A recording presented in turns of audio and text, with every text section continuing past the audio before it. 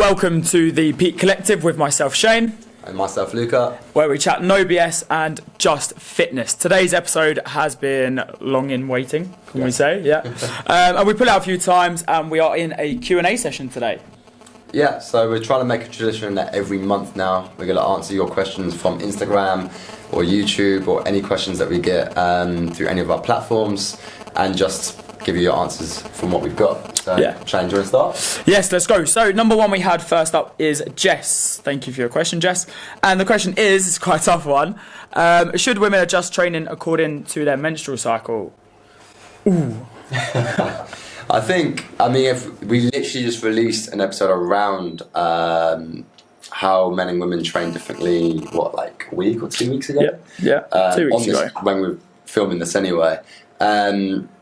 Adjusting to a cycle, honestly, personally, the only thing I go by with my female clients, you can, but personally I just think it's like any other person, that week, if you're feeling more rough, if you're feeling stronger, go for the PBs when you're feeling stronger.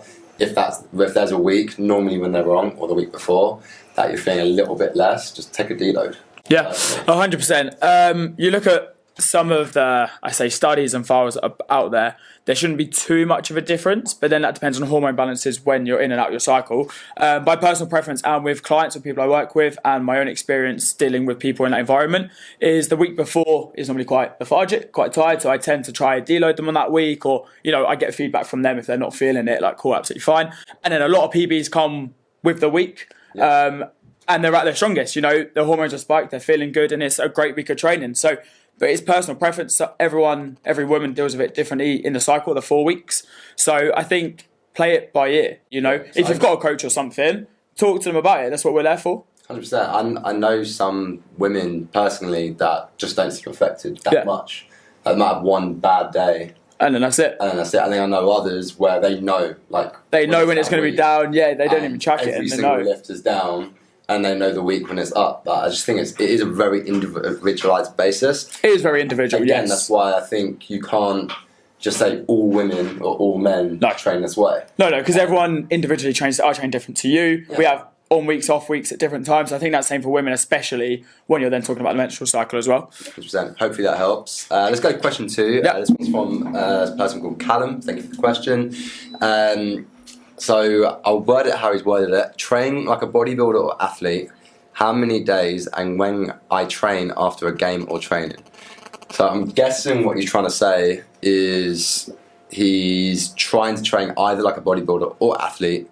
Yeah. And then how many days should he wait before and after a game? Yes. I'm taking it from that as well. It's like bodybuilder-esque style of training, but also participates in some sort of athleticism or sport. Again, I think similar to the first question, it's a very individualised basis. Yeah. Let's say, for example, let's take it for rugby, very, very hard sport. You probably don't want to do a hard session the day or two before. No, even with my sort of background with it, the day after a game I'd never train. I might do sit on the bike or something or go swimming, if I want to do something like an active rest day or some walking or cycling, but I'd keep my heart rate in about zone 2, so about 130, 140. I wouldn't spike it very high. Promote some recovery through that activity, but I wouldn't be putting my CNS system or body through a lot of strain because it's going to be fatigued and recovering from the day before. Yeah, and again, that's rugby. There might be another sport where you can train the day before. Yeah, and it might not affect you depending on what the sport is, right? I'd say the only thing would be say it's a sport where there's a specific week, let's say a power lifter or something like that, then very, very specific training, very specific deloads you're going to have because there's that one day that you need to peak.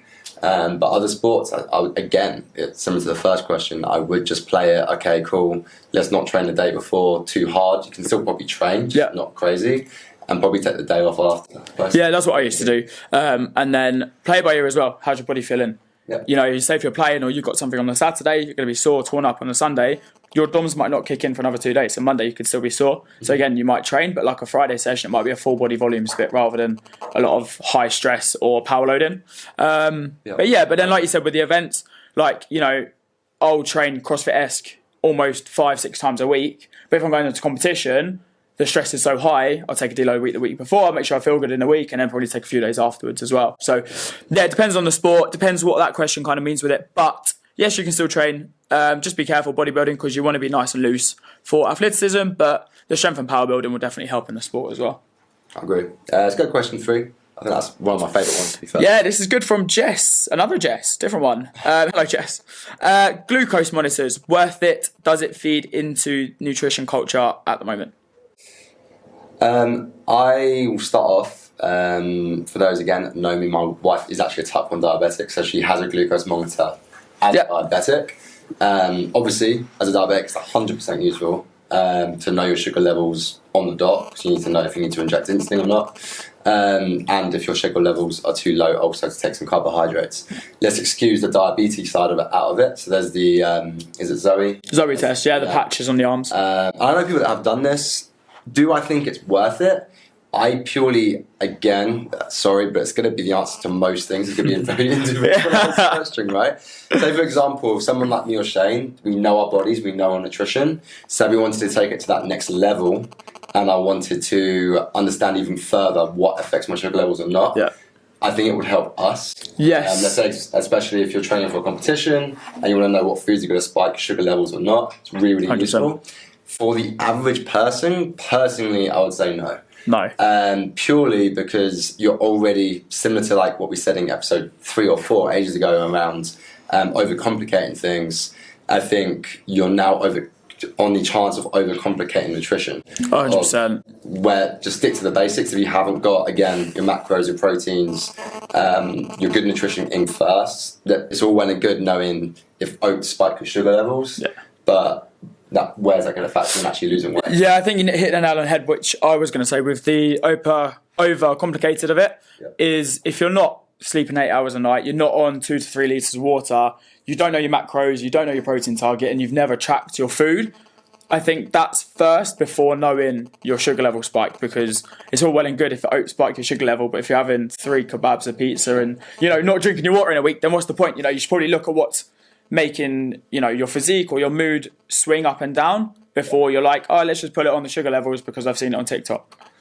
Yeah, 100% agree. Probably my last point on that, I actually know people that then suddenly, again, that might not understand nutrition fully, say that something's unhealthy because it's got a lower score, which is typically that it's low in fibre or high in the GI index. Yeah. But that doesn't mean... This is one of them. Yeah. Doesn't mean... Bananas are the worst one. I'm about to eat one. We've got to think with fast-acting carbohydrates, they're fast-acting carbohydrates. Yeah. Amazing news for sports, amazing news for training. Yeah. Always for training. Do you need them for everyday use? Probably not. No. But just because it's got a low score, because it is fast-acting carbohydrates, doesn't mean it's unhealthy. It purely just means that's a fast-acting carbohydrate. Yeah, I think rice is not unhealthy. No, not at all. I think it just goes into the 1% club, like we've said in previous episodes. Yeah. Especially, I'm a big believer of this, is the 1% club. It's the ice baths, the saunas, the massages, the physios and all this. Well and good. They are fantastic if you're like ourselves or, you've been trying to get above an intermediate status that we set on before. But if you are just a brand new beginner, enjoy it, make it simple, crack the basics. Don't do a blood sugar test and, ice baths and stuff if you can't hit your protein or eat at least 5 vegetables a day. Like, keep it simple. Yeah, definitely agree. Let's go to question 4. Question 4 is... Yeah, do you want to go? Yeah, so this is from Jack.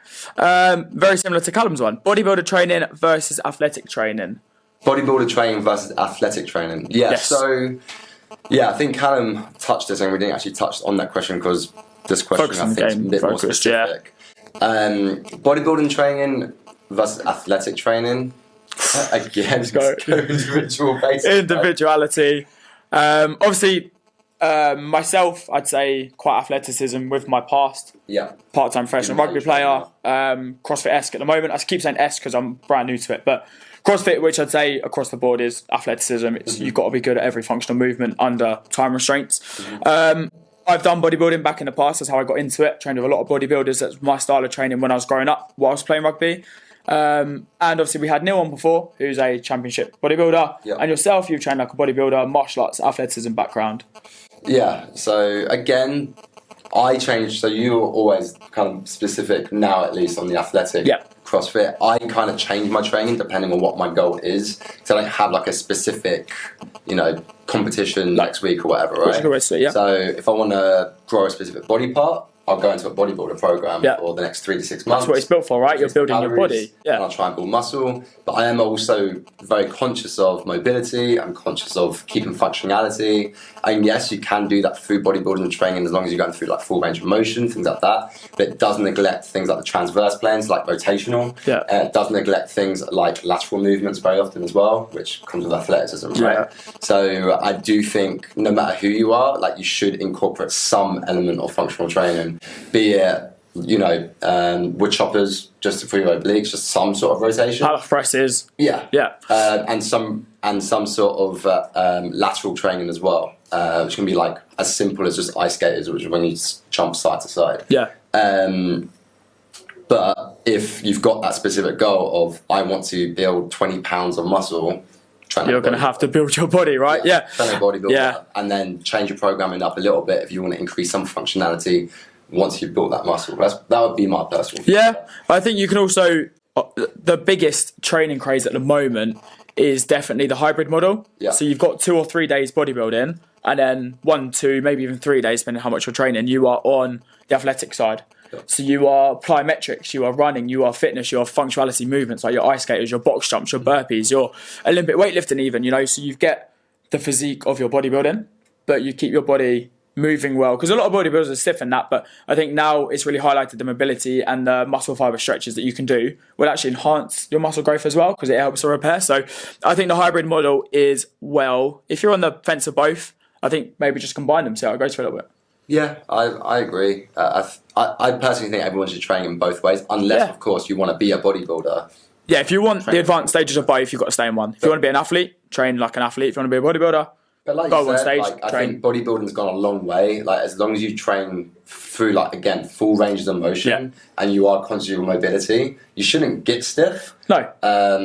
It's normally that they have shorter ranges of motion, they don't focus on mobility, which then it gets tough. And then they can't scratch their back. Yeah. That's normally the reason. 100%. Not so much as because they've built so much muscle. No. Last question. Yes. This is your one. Yeah, go. Laura, how many meals should we eat in a day? You're absolutely going to hate us. That is vague, man. But I think we're going to... It's individual. That's completely down to individual people. I'm assuming... Laura might train a little bit. Obviously, she must follow us. So, if you're training, that's at least 2 pre and post workout meal. Breakfast, dinner is 4, and I always suggest a snack would be a 5. Yeah, as a nice rounded figure. On a maintenance, I eat between 4 to 6 meals a day. Yeah. On a cut, which I'm still currently on, I don't know, probably about the same, maybe 4 to 5 maybe. Yeah, but sometimes a little bit less, depending, because I like bigger, high volume meals if I'm on a cut.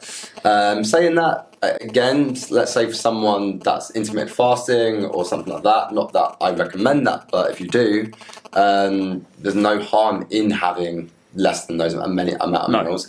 Again, also, I'll just say, it depends on your goal, right? Yeah, 100%. Look at your macros, look at your goal, look at your maintenance calories and work it around there, You've got 2,000 calories, you can have 4 meals with 500 calories, 5 meals with 400, fit it in around. Individualised.